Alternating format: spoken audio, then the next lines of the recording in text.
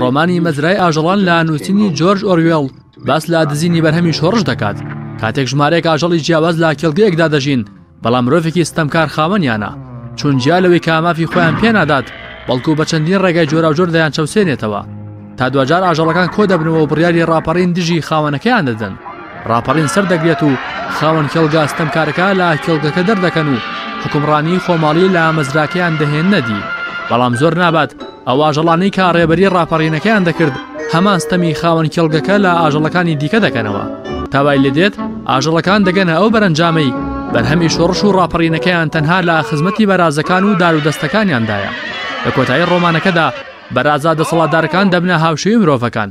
بەرازەکان لە سەردوو پێدەڕۆن و هیچ جیاوازێکیان نابێت لەگەڵ ئەو مرۆڤانی کە لە شۆڕشەکەدا خۆیان لە مەزراکە دەریان کردبوون. لە دیمەنی کۆتاییدا دەبینن بەرازەکان لاگەڵ مرۆڤەکان نانی ئێوارە دەخۆن و ئاژەڵەکانی دیکەش لە دەرەوە تەماشایان دەکەن. دوو دەیە ساڵانە و لە 5000دا هاوڵاتیان ڕوو دەکەنە دەسەڵاتدارانی هەرێم و لێیان دەپرسن ئەو ئامانجانەی کە ڕاپەڕینیان لە پێناودا کرا چیان لێ هاتوو بۆ بەدی نەهاتوون.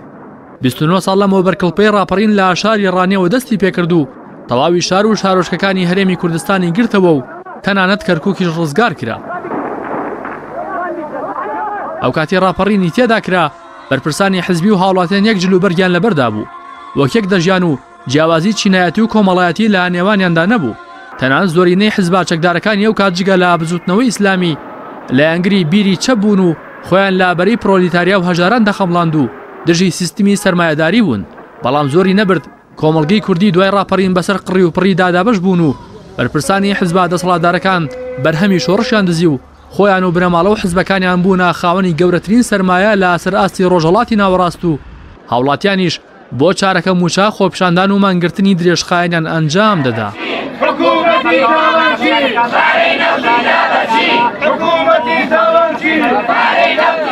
مامۆستا عەلی باپیر ئەمیری کۆمەڵی ئیسلامی کە لە کاتی ڕاپەڕین فەرماندەی هێزی حەمزەی بزوتنەوەی ئیسلامی ئەو کات بووە و ڕۆڵێکی کارا و دیاری لە ڕاپەڕینەکەدا هەبووە، چەندین جار وتوویەتی هەموو بەرپرسان لە شاخ یەک جلوبەرگ و ژیانیان هەبوو. بەڵام کە هاتی نەشار لە پڕێک بەرپرسانی دوو حزبی دەسەڵات بوون بە ملیۆنەر و ملیاردەر. بەداخەوە دەڵێم کە ئێمە کاتێک بوو لەو شاخوچیانە هەموو پێکەوە بووین کە هاتینەوە ئێرە لەوێ باسی چینی پرۆلیتار و باسی ئازادی و ڕزگاری و باسی یەکسانی دەکرا. ئەو دروشم و شعارانە هەمووی پێیان ڕێکخرا، هەمووی ژێر پێخران. ئێستا ئەو وڵاتەی کە لە چیا خەڵکێک خەونی پێوە دەبینی کە ئێمە لە دەستی بەعز ئەم وڵاتەی خۆمان دەربێنین و دادگەری تێدا بچەسپێنین ئازادی و یەکسانی و خێر و بێری وڵات بۆ هەموو کەس بێ، هەموو کەس لێ بەهرەمەند بێت، چونکە خوا ڕزقی هەمومانی خستۆتە ئەم وڵاتەوە. بەڵام ئەوەی کە لە بەعزمان بەڕەخ نەدەگرت ناڵێم لە هەموو شتێکدا، بەڵام لە هەندێک شتێ بەتایبەت لە ڕووی ژیان و گۆزەران و لە ڕووی چینایەتی و قڕ و پڕی زۆر پێش بەعز کەوتینەوە.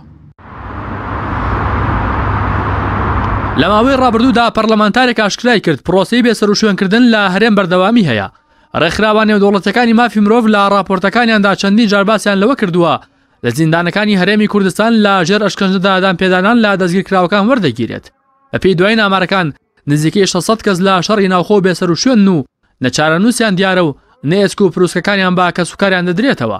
فەرمانبەران موچەکانیان دەفەوتێت، قوتابیان لە قوتابخانەی وێرانە و سێدەوامی دەخوێن و منداڵی بەرپرسانیش لە قوتابخانەی تایبەت و زانکۆ بەناوبانگەکانی ئەمریکا و ئەوروپا بڕوانامە بەدەست دەهێنن. نەوەکانی داهاتوو لە ئێستادا لە بازار ئیشی سەخت دەکەن و منداڵی بەرپرسانیش لە وڵاتان خەریکی گەشت و گەڕان و سەفرەن. دەرچوانی زانکۆ پەیمانگەکان بە بڕوانامەی بەرزەوە کەمێکیان خەریکی کرێکارین یان لە چاوەڕوانیدا مەزراندا بێکار ماونەتەوە. زۆرێکیش سەری خۆیان هەڵگرت و ڕێگەی هات و نەهاتیان گرتە بەر و لەو ڕێگەشدا سەدان کەس بوون بە خۆراکی ماسیەکانی دەریای ئیجا. بەڵام نەوە دەسەڵاتدارەکانی هەرێمی کوردستان هەر لە ئێستەوە ئامادەکاری دەکەن کە پاش باب و باوانیان دەسەڵات بگرنە دەست. هەموو ئەمانە وای کردووە کە هاوڵاتیان بگەنە ئەو ئەنجامەی ئەو ئامانجانەی کە ڕاپەڕینیان لە پێناودا کراوە دی نەهاتوون و بەرهەمی ڕاپەڕینەکە دزراوە. ڕاستی حەمە ئەمین، کەناڵی ئاسمانی پەیام.